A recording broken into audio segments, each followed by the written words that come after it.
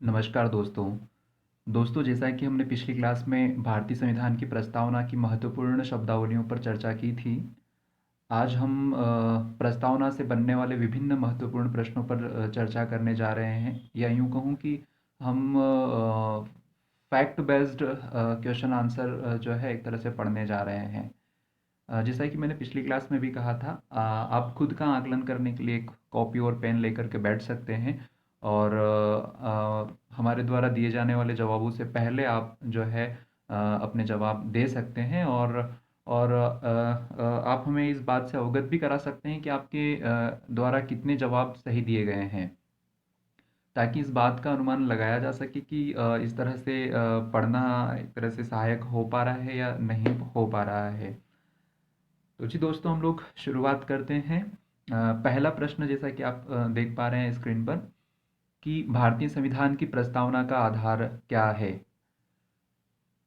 जैसा कि आपने भारतीय संविधान सभा को पढ़ा था, संविधान की प्रस्तावना को भी पढ़ा, क्या आप इस बात का अनुमान लगा पा रहे हैं? क्या आपको ये बात ध्यान आ रही है कि हमने वहाँ पर पढ़ा था कि भारतीय संविधान की प्रस्तावना का आधार उद्देश्य प्रस्ताव है, जिसे 13 दिसंबर 1946 को जवाहरलाल नेहरू जी द्वारा रखा गया था। जी, इसका जवाब रहेगा उद्देश्य प्रस्ताव। आगे हम बात करें, अगला प्रश्न है, क्या प्रस्तावना संविधान का भाग है या अंग है? इस तरह का प्रश्न भी एग्जाम में बन सकता है। दोस्तों, यहाँ पर आपको सबसे महत्वपूर्ण बातें ध्यान देनी है, जिसका उल्लेख हमने हो सकता है प्रस्तावना की विभिन्न शब्दावलियों को समझते समय नहीं किया होगा। यहाँ पर ध्यान देने वाली बात है कि प्रस्तावना को संविधान का भाग या अंग मानने न मानने के संदर्भ में एक वर्डिक्ट आया था। हम 9वें संविधान संशोधन 1960 की बात कर रहे हैं। बैरूवाड़ी वाद के नाम से ये बहुत प्रसिद्ध रहा है, जिसमें सुप्रीम कोर्ट ने भारतीय संविधान की प्रस्तावना को भारतीय संविधान का भाग मानने से या इसका अंग मानने से इनकार कर दिया था। 1960 की हम बात कर रहे हैं कि 1960 में इस तरह का प्रावधान जो है सुप्रीम कोर्ट ने किया था। और इस बात के ही साथ में उन्होंने इस बात को भी स्पष्ट किया था कि भारतीय संविधान के किसी भी अनुच्छेद में अगर कोई शब्द अस्पष्ट है या उसके कई अर्थ निकलते हो, तो प्रस्तावना जो है एक तरह से मार्गदर्शक का कार्य करेगी। प्रस्तावना संविधान का भाग न होते हुए भी मान करके चलिए कि एक ऐसी मास्टर की या चाबी की भूमिका अदा करेगी, जो विभिन्नार्थी शब्द जालों को एक तरह से साफ करने का काम करेगी। और जैसा कि आप देखते ही हैं कि भारतीय न्यायपालिका जो है न्याय निगमन के दौरान मतलब भारतीय संविधान की प्रस्तावना का जो है मतलब सहायता उसकी लेती ही है। जब उसे कोई द्वंद्व या किसी प्रकार से अस्पष्ट कानूनों का सामना करना पड़ता है तब। आगे हम बात करते हैं, क्या प्रस्तावना अपीलीय है या वाद योग्य है। यहाँ ध्यान देने वाली बात है कि प्रस्तावना जो है वो अपीलीय नहीं है, वाद योग्य नहीं है। अपीलीय या वाद योग्य का क्या मतलब है? दोस्तों, यहाँ ध्यान दीजिएगा कि हम में से कोई भी भारत की जनता, जब भारतीय जनता के अधिकारों का हनन हो रहा हो, या यूँ कहूँ कि उसके मौलिक अधिकारों का जब हनन हो रहा हो, तो भारतीय संविधान की प्रस्तावना के शब्दों को आधार बना करके कोई व्यक्ति या देश के नागरिक जो है केस दायर नहीं कर सकते या अपील दायर नहीं कर सकते कि संविधान की प्रस्तावना हमें ये अधिकार देती है। ध्यान दीजिएगा दोस्तों कि भारतीय संविधान की प्रस्तावना से संविधान के विभिन्न अनुच्छेदों में अलग अलग प्रावधान रखे गए हैं, या यूँ कहूँ कि अलग अलग भागों में अलग अलग प्रावधान रखे गए हैं। जैसा कि हम बात करते ही हैं, भारतीय संविधान के भाग 3 में मौलिक अधिकार रखे गए हैं, और उन मौलिक अधिकारों के तहत जब हम बात करते हैं तो अनुच्छेद 12 से लेकर के 32 तक हम मुख्य रूप से बात करते हैं। इन अनुच्छेदों में भारतीय नागरिकों को अधिकार दिए गए हैं, और इनमें अगर किसी प्रकार की क्षति होती है या हनन होता है, तब इनको आधार बना करके वाद जो है वो दायर किए जा सकते हैं। प्रस्तावना के किसी शब्द को आधार बना करके वाद या अपील कोर्ट में नहीं की जा सकती। तो आप समझ पाए होंगे कि प्रस्तावना जो है वो अपीलीय या वाद योग्य नहीं है ना? जबकि संविधान के विभिन्न अनुच्छेद जो हैं आपको ये अधिकार देते हैं कि अगर आपके अधिकारों का या उल्लंघन हो रहा है, हनन हो रहा है, तो आप कोर्ट जा सकते हैं। जी। अगला प्रश्न है, क्वेश्चन नंबर 4 हम पढ़ने जा रहे हैं। आप इसमें देखिएगा, क्या प्रस्तावना में संशोधन किया जा सकता है? एक ये भी बहुत महत्वपूर्ण प्रश्न है जो एग्जाम में बन सकता है। तो दोस्तों, जैसा कि हमने क्वेश्चन नंबर 2 में बात अभी की ही कि क्या प्रस्तावना संविधान का भाग है, तो 1960 में जो वाद दायर किया गया था, या जो सुप्रीम कोर्ट ने संविधान की प्रस्तावना को भारतीय संविधान का अंग नहीं माना, है ना, उसके बाद में हम बात कर रहे हैं कि प्रस्तावना में संशोधन किया जा सकता है क्या। तो ध्यान देने वाली बात है कि जो भारतीय संविधान का अंग होगा, भाग होगा, उसी में संशोधन किया जा सकता है। लेकिन प्रस्तावना संविधान का भाग नहीं है या अंग नहीं है, तो आपका उत्तर होगा कि प्रस्तावना में संशोधन नहीं किया जा सकता। लेकिन दोस्तों, गौर कीजिएगा, यहाँ पर ध्यान दीजिएगा, इस बात पर बहुत ही महत्वपूर्ण बात है कि 1960 के बैरूवाड़ी वाद के बाद में एक और वाद दायर हुआ था जो कि बहुत फेमस हुआ, बहुत प्रसिद्ध रहा है, केशवानंद भारती वाद 1973 की अगर हम बात करें, तो सुप्रीम कोर्ट ने अपने द्वारा पिछला जो न्याय दिया गया था, या यूं कहूं कि पिछली जो सुनवाई की गई थी 1960 में, जिसमें प्रस्तावना को संविधान का अंग नहीं माना था, उस निर्णय को बदलते हुए 1973 में जो है प्रस्तावना को भारतीय संविधान का अभिन्न अंग मान लिया। और चूंकि अभिन्न अंग मान लिया और आधारभूत ढांचे के रूप में इसे परिभाषित किया गया, इस आधार पर भारतीय संविधान की प्रस्तावना में जो है संशोधन किया जा सकता है। तो आपका जो जवाब रहेगा वो ये रहेगा कि भारतीय संविधान की प्रस्तावना जो है वो संशोधनीय है ना। आप 1960 वाले वर्डिक्ट को ध्यान में रख के इस तरह का तर्क लगाते हुए ये जवाब न दें कि भारतीय संविधान की प्रस्तावना में संशोधन नहीं किया जा सकता। जी बिल्कुल, इसमें संशोधन किया जा सकता है। जिनने भी इसका आंसर जो है संशोधन किया जा सकता है लिखा है, वो बिल्कुल सही है।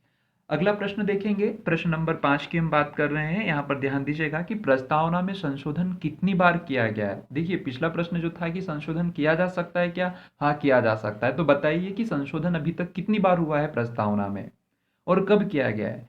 तो दोस्तों ध्यान दीजिएगा, हम बात करते हैं 42वें संविधान संशोधन 1976 की।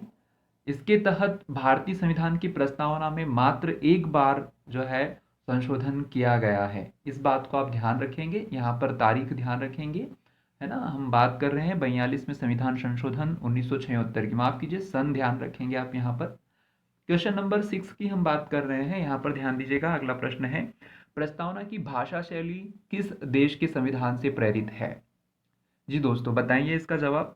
भारतीय संविधान की प्रस्तावना जो है उसकी भाषा शैली किस देश के संविधान से प्रेरित है।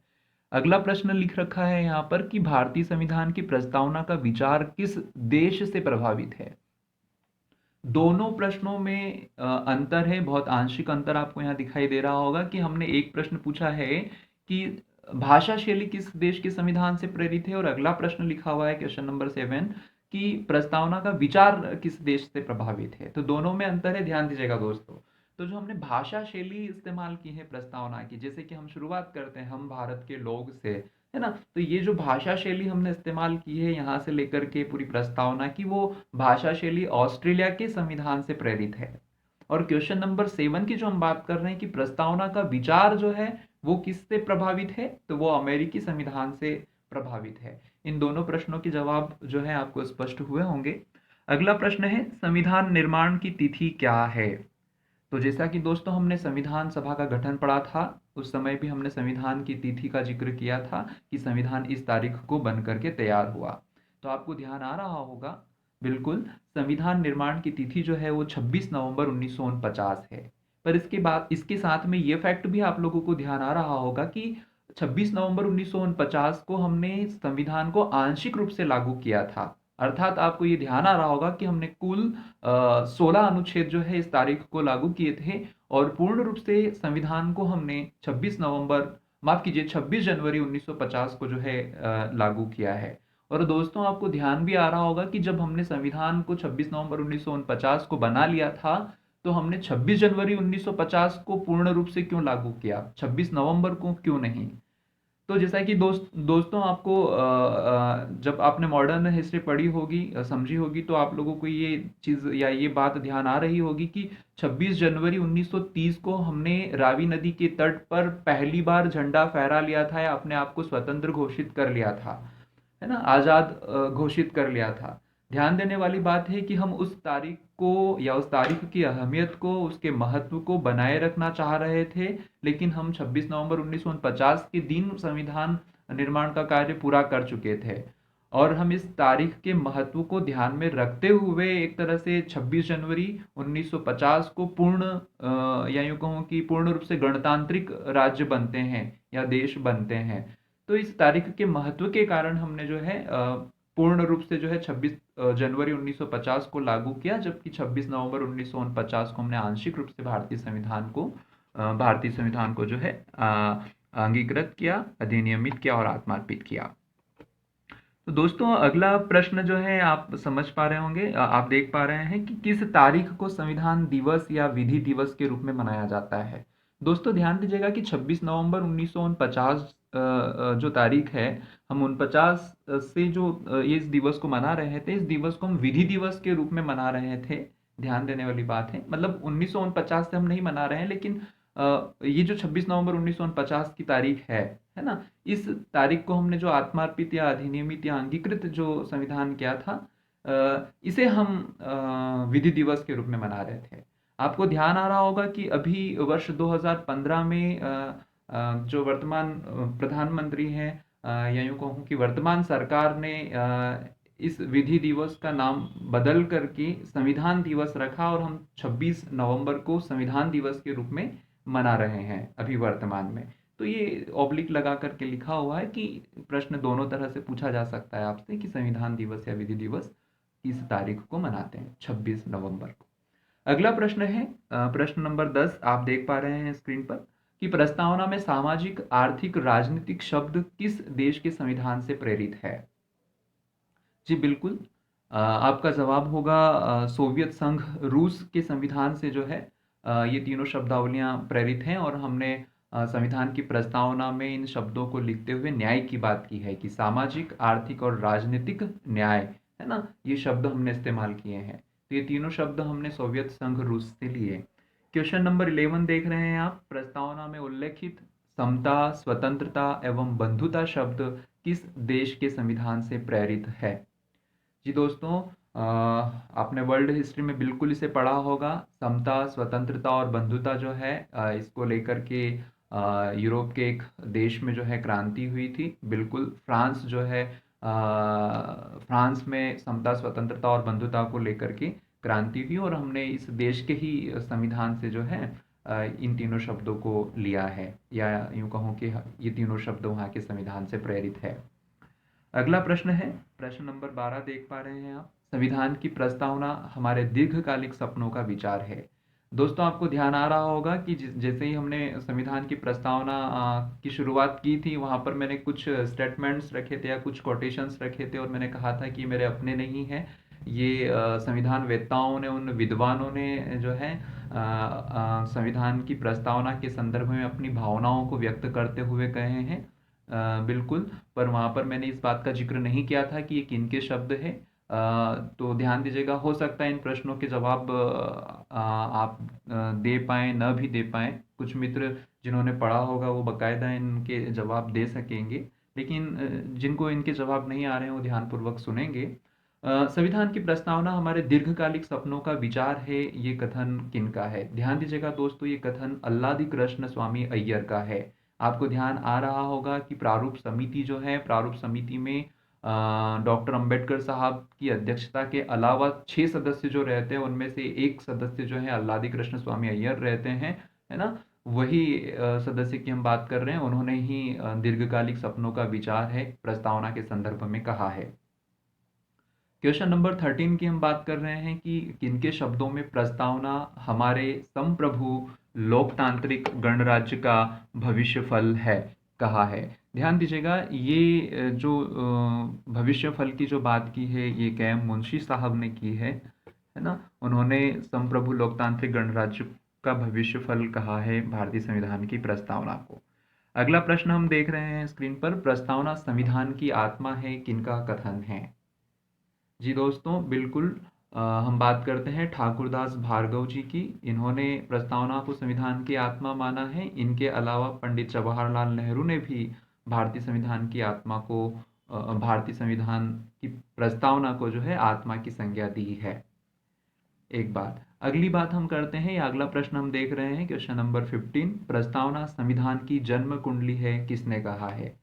तो जन्म कुंडली कहकर भी के एम मुंशी साहब ने ही संबोधित किया है। इन्हें भी आप ध्यान रखेंगे, इनका नाम आप ध्यान रखेंगे।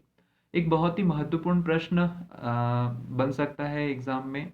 वैसे तो इस तरह के जो स्टेटमेंट से रिलेटेड क्वेश्चंस जो हैं वो एमपीपीएससी में कम ही पूछे जाते हैं, लेकिन ध्यान दीजिएगा कि मुख्य परीक्षा में जब आप आंसर लिखने वाले होंगे, अ, तब ये स्टेटमेंट्स जो हैं आपको एक तरह से आपके आंसर को जो है आकर्षक बना सकते हैं, है ना? जब प्रश्न इस तरह के पूछे जाएं कि भारतीय संविधान की प्रस्तावना जो है, भारतीय संविधान की प्रस्तावना को आत्मा की संज्ञा दी गई है ना? स्पष्ट कीजिए।